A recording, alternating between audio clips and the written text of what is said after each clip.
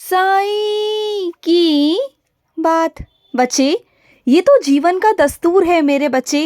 एक चीज़ जाएगी तो दूसरी चीज़ आएगी ना, तो इतना परेशान क्यों हो रहे हो? हाँ, एक चीज़ चली गई तो उसके लिए इतना परेशान। अरे ये सोचो कि दूसरी चीज़, नई चीज़ तुम्हारे लिए आने वाली है। अगर कोई चीज़ तुमसे छीनी जाती है या फिर ली जाती है ना, तो ये मत समझा करो, उदास मत हो जाया करो कि अरे कि मुझसे ये चीज़ छीन ली गई, मुझसे ये चीज़ ले ली गई। ये मत सोचा करो और ये सोचकर उदास तो बिल्कुल मत बैठा करो। तुम किसके बच्चे हो? तुम मेरे बच्चे हो ना। अगर तुम ही ऐसी बातें करोगे तो जो मेरे बच्चे नहीं हैं वो कैसी बातें करेंगे? हाँ, मैंने तुम्हें हर एक चीज़ दी है, हर एक चीज़ दे रहा हूँ और आगे भी दूंगा। अगर कुछ ले रहा हूँ तो उसके बदले कुछ और खूबसूरत दूंगा। थोड़ा इंतज़ार तो करो, सबूरी तो करो। मैंने अपने हर एक बच्चे को पहले से ही बोल दिया है कि सबूरी करो, सबूरी करो, सबूरी करो। लेकिन तुम क्या करती हो? एक दिन सबूरी करोगे, 2 दिन सबूरी करोगे, तीसरे दिन तुमसे सबूरी होती नहीं। फिर तुम उतावले हो जाते हो। एकदम से पता नहीं तुम्हें क्या हो जाता है कि तुम्हें चाहिए और तुम्हें हाथों पर ही चाहिए। ऐसा नहीं होता मेरे बच्चे। अगर कोई चीज़ ली जा रही है तो उसके बदले दूंगा।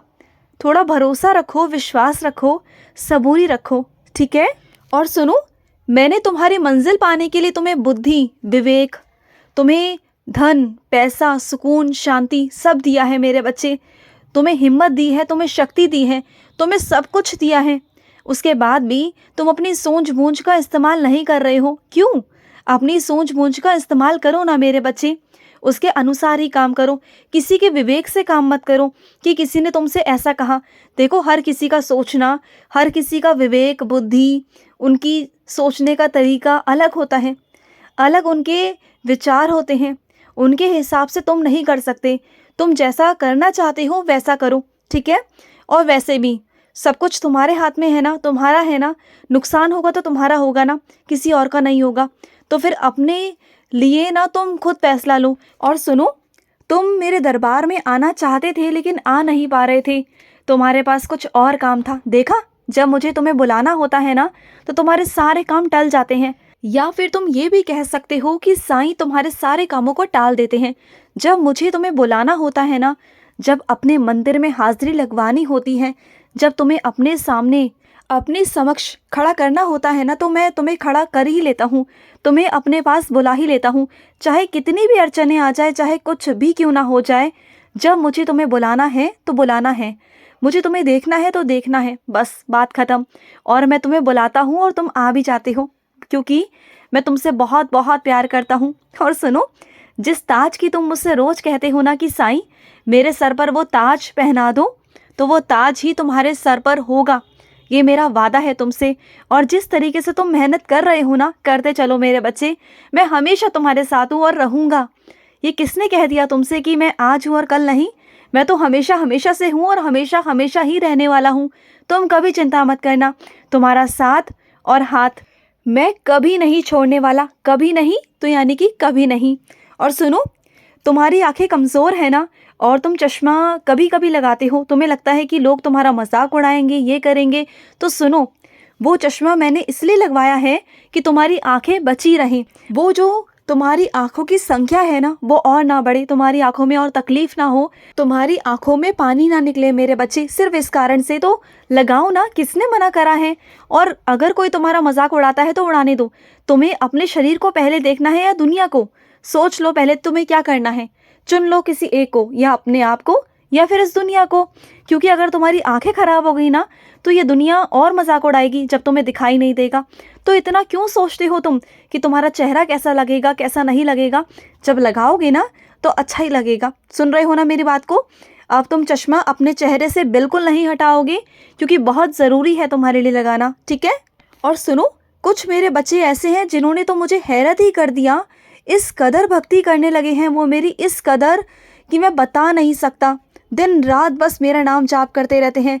दिन रात मुझे देखते हैं हर जगह, धूप में, छाँव में, दीवारों में, घर में, फर्श पर, हर जगह वो मुझे ढूंढते हैं।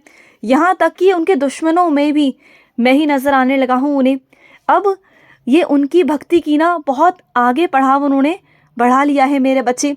अगर मैं उनके दुश्मनों में उन्हें दिखाई देने लगा हूँ ना, उनके लिए, उनके मन में उनके दुश्मन के लिए दया आ गई है ना, तो समझ लो मेरे बच्चे, तुम मेरे बहुत प्यारे बच्चे बन चुके हो, मेरे बहुत करीबी बच्चे बन चुके हो। क्योंकि मेरे बच्चे जो ये पड़ाव है ना, ये हर किसी के जीवन में तो नहीं आ सकता, वो उसी के जीवन में आ सकता है जो मेरी भक्ति अटूट तरीके से करे, अंधविश्वास की तरह, पागलों की तरह, बाबरों की तरह मेरी भक्ति करे।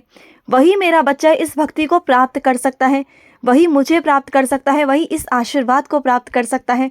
और वो तुमने कर लिया मेरे बच्चे, तुमने वो कर दिखाया। मुझे हैरत है, मुझे विश्वास नहीं था। जब तुम शुरुआती दौर में जब मुझसे जुड़े थे ना, तब तुम कच्चे थे, तुम्हारी भक्ति कच्ची थी, तब तुम्हें विश्वास भी नहीं होता था। बहुत लोग तुमसे अनुभव अपना बताते थे, करते थे, तब भी तुम्हें विश्वास नहीं होता था। लेकिन धीरे धीरे धीरे कर कर तुम कच्चे से कब पक्के हो गए ना मेरे बच्चे, मुझे भी मालूम नहीं पड़ा और तुम्हें भी मालूम नहीं पड़ा। और आज ना मैं तुम्हें ऐसा देखकर हैरत होता हूँ मेरे बच्चे, सच में तुमने मुझे हैरत कर दिया है। मैं सच में तुम पर बहुत गर्व करता हूँ, मुझे तुम्हें बहुत प्यार करने का दिल करता है। तुमने तो मेरा दिल जीत लिया, मेरा आशीर्वाद ले लिया मेरे बच्चे, मेरा बहुत बहुत सारा आशीर्वाद है तुम पर, बहुत सारा। तुम जो करोगे, जैसा कहोगे वैसा होगा। तुम जहाँ जाओगे मैं तुम्हारे साथ चलूँगा, तुम जो चाहोगे वही तुम्हारे साथ होगा। तुम बिल्कुल चिंता मत करना, अब तुम मेरे बच्चे बन चुके हो।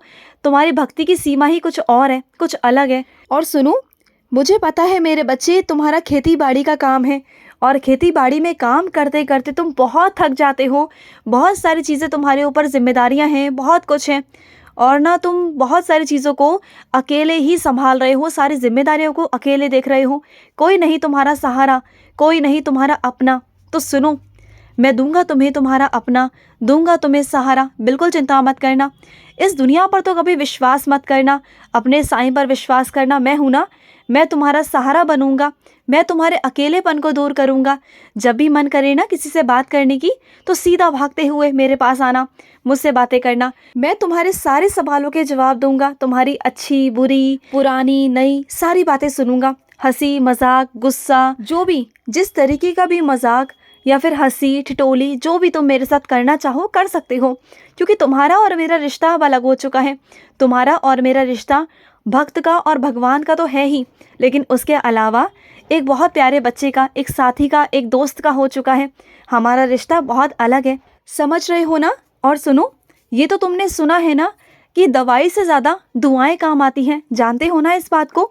तुम चाहे कितनी भी दवाइयाँ कर लो, कुछ भी कर लो, जब तक तुम दुआएं नहीं कमाओगे तब तक कुछ नहीं होगा। दवाइयों के साथ साथ दुआएं बहुत काम आती हैं मेरे बच्चे, बहुत बहुत काम आती हैं। और दुआएं कैसे कमाओगे? सबकी सहायता कर कर, कोई ज़रूरतमंद इंसान हो ना, उसकी सहायता कर कर। ज़रूरी नहीं कि धन से सहायता करो, तुम उसकी मन से कर सकते हो, तन से कर सकते हो, किसी को सहारा दे सकते हो, अपने शरीर से उसका काम कर सकते हो, कुछ ऐसा कर सकते हो जो उससे नहीं हो पा रहा या फिर वो देख नहीं पाता। उसके लिए तुम कुछ सहारा बनो, उसके लिए इधर से उधर ले जाओ, उसको रास्ता पार कराओ। अगर कोई चल नहीं पाता तो उसके हाथ पकड़कर चलवाओ। अगर कोई भूखा है ना तो उसकी भूख को बुझाओ। अगर कोई प्यासा है ना तो उसकी प्यास को बुझाओ मेरे बच्चे। और अगर कोई दवाइयों से अहीन है कि कोई दवाई नहीं ले पा रहा, उसके पास पैसे नहीं, तो उसकी दवाई लेकर आओ। इतना तो कर सकते हो ना, इतने तो सक्षम हो ना तुम। अगर ये सब करोगे ना तो मैं सच कहता हूँ कि तुम्हारी बीमारी कहाँ कैसे छूमंतर हो जाएगी ना, तुम्हें पता नहीं चलेगा। क्योंकि सबकी दुआएं, सबका आशीर्वाद तुम कमाओगे ना। मैं सच कहता हूँ मेरे बच्चे, जहाँ तुम 5 साल में ठीक होगे ना, वहाँ तुम 1 साल में ठीक हो जाओगे। मेरी बातें सब सत्य हैं, विश्वास करो मुझ पर। खुश रहो। आज का मध्याह्न साई संदेश समाप्त हुआ।